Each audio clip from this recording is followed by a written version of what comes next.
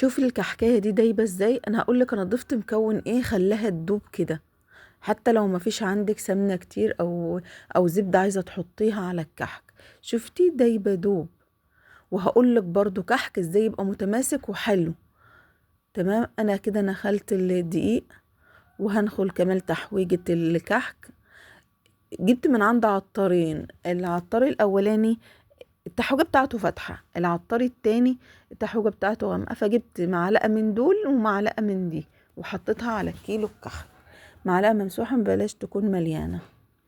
وحطيت السمسم، طبعا نقيت السمسم، اللي لازم تنقي السمسم كويس جدا. حتى لو كان عطار نضيف برضو بيبقى فيه بعض الحاجات كده مش كويسة، لازم تنقيه كله ويبقى زي الفل بالمنظر ده. حطينا بقى التحويجة والسمسم، التحويجة الفاتحة والتحويجة الغامقة. وكمان هننخل كمان البيكنج باودر. جماعة فيه عايزة اقول حاجة كمان، الخميرة ما تتحطش على الكحك، بتتحط على القرص فقط. خلاص ماشي، ده كحك. هحط معلقة كريم شانتيه. معلقة الكريم شانتيه ديت هتضاعف لك كمية السمنة، هتخلي لك الكحكاية دايبة دوب. انا من كتر ما هي دايبة يعني مش هوريها لكم برضو زي ما شفتوا في اول الفيديو كده. وحطيت كمان معلقة لبن بودرة وهلفهم مع بعض. طعم جميل، سمنة كتير جدا. هتشوفوا كمان حطيت ده يا جماعة ريحة الموز، حطيت كده نطرتين ريحة الموز او حط فانيليا. بجد الكريم شانتيه فرق جامد قوي ودوب لك كحكايه زي اول الفيديو بالظبط. طبعا انا ما عملتش منه كتير، انا بعد كده زودت الدقيق علشان يكون متماسك، لان اول ما حمرت 2 بس كحكايتين بس، اولا سمنتها دابت فيها كده، وكل ما تيجي اطلعها من الصينيه هتلاقيها كده ايه بتفرط معايا قوي. فتابعيني عشان تعرفي انا عملت ايه. عملت رشه ملح كده صغيره ومعلقه سكر.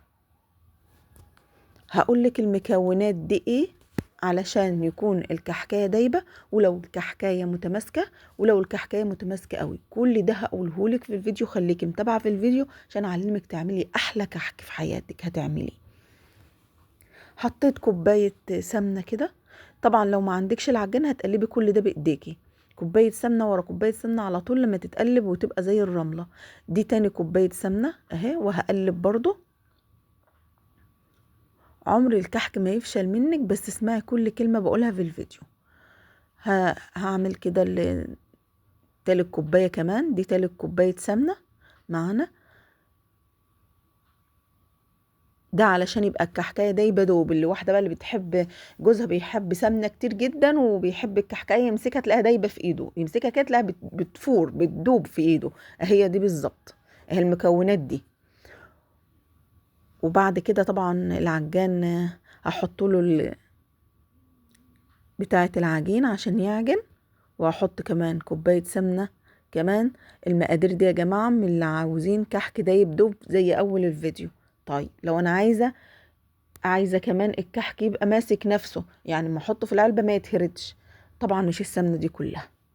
خلاص هنقلل من السمنة او تزودي الدقيق. يعني المكونات دي للدايبة دوب اللي في اول الفيديو، لكن انا عايزاها لا متماسكة، مش عايزاها دايبة قوي كده كل ما احطها في العلبة تتهرد، لا زودي الدقيق. لان هيبقى عامله زي الغريبه يا جماعه، غريبه بجد والله، تحس ان هي غريبه، تمسكيها في ايدك تحس ان هي غريبه وبتلزق في ايدك. اي عجينه بتلزق في ايدك بالطريقه دي السمنه كتير وعايزه دقيق. بس زي ما انا قلت لكم، اللي عايزه دايبه قوي دوب دوب دوب تمسكيها تتهرد في ايدك، دي المكونات. طيب عايزه اظبطها بقى ومش عايزاها تتهرد في ايدي وعايزاها تبقى متماسكه، اطلعها كده متماسكه مع بعضها. زودي 3 كوبايات دقيق. لو تابعتيني في الفيديو هتشوفيني زودت 3 كوبايات دقيق، ومسكت وبقت جميله جدا ومش دايبه قوي، لا متوسطه، وكانت حلوه وجميله قوي. واللي عاوزاها جامده هتزود دقيق تاني، بس دي المتوسطه اللي هتطلع منك 100% حلوه. زي دي كده، دي اللي زودت لها الدقيق، لكن اللي في اول الفيديو لا ما زودتش دقيق. هتشوفوا معايا وانا بزود الدقيق اهو. زودت كوباية وقلبتها، جيت امسك العجينة في ايدي لقيتها برضو بتلزق. دي بتلزق يا جماعة، يعني فيها سمنة كتير، يعني عايزة دقيق كمان. تمام. كل ده من ايه؟ من الكريم شانتيه اللي انا عملته، هو اللي خلاها طرية كده، هو اللي خلاه العجينة دايبة دوب، عاملة زي الغريبة. الكريم شانتيه بيضاعف كمية السمنة، فما تحطيش كتير، مع ان انا حطيت معلقة واحدة بس كريم شانتيه، فشوف عمل لي ضعف لي كمية السمنة بالطريقة ما تتخيلوهاش. اما حطيت كوباية واحدة، شوفي لسه العجينة برضو بتلزق في ايدي ازاي. كلها سمنة يا جماعة، كلها سمنة، لان ده كيلو واحد بس انا بعد كده زودت 3 كوبايات بأمانة، 3 كوبايات دقيق. لو عايزاه اجمد زودي كوباية كمان، يعني 4 كوبايات دقيق على الكيلو، يعني كيلو هيبقى تقريبا كيلو ونص دقيق. شوفي، شوفي لسه بتلزق ازاي، دي بالكوبايتين دقيق، فعشان كده زودت كوباية. واللي انتوا شايفينه ده يا جماعة مش سمنة، لا انا كنت حاطة كحك وتلاقيته دايب خالص، ما جربت واحدة في الفرن، فطبعا رجعت العجينة تاني، بس مكانتش اتحطت في الفرن، اتحطتش بس الاتنين جربتهم بس، زي اللي كانت في اول الفيديو اللي انا هرتها دي واترمت، اللي هي دايبه من السمنه. فعشان كده زودت الدقيق. انا بقول لك اللي انت عاوزاه، انا مش عايزه فيه سمنه كتير، انا عايزاه مظبوط، فحطيت ال3 كوبايات دقيق. شوفي شوفي ماسك ازاي، 3 كوبايات دقيق على نص كوبايه ميه، وقلبتهم في العجان. شوف بقى، مسكتها في ايدي، شوفي ايدي مفيش فيها سمنه ولا اي حاجه، ومتماسكه ازاي وطريه ازاي، حلوه قوي قوي. لكن اللي بيحب السمنه كتير اعملي باول المقادير اللي كانت في الفيديو، مقادير دي اللي بتحب السمنه كتير. لكن عايزاها مظبوطه وما بتلزقش في ايدك والسمنه مظبوطه، لا حطي 3 كوبايات دقيق كمان.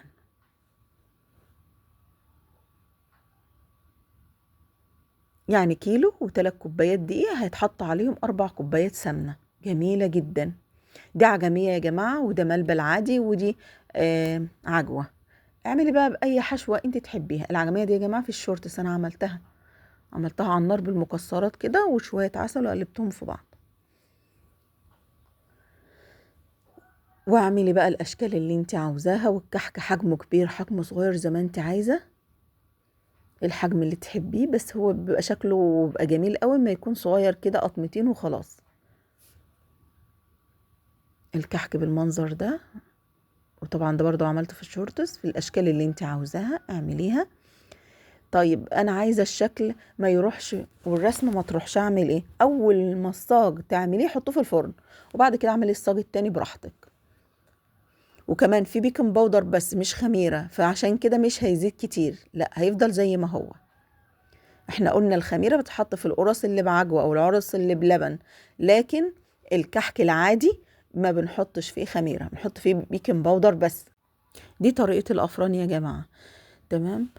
وخلي بالك النار تكون هادية جدا، وحط في الوسط، ما تعليش النار عليه، هيتحمر ويبقى طري ويبوظ منك بسرعة. عايزاه يقعد عندك شوية، شهر 2 3، وطي النار عليه خالص، بس برضو ما تحطهوش كتير في النار عشان العجوة ما تجمدش ولا تنشف جامد معاكي، تيجي تقطمي تلاقي العجوية جامدة في بقك، لا.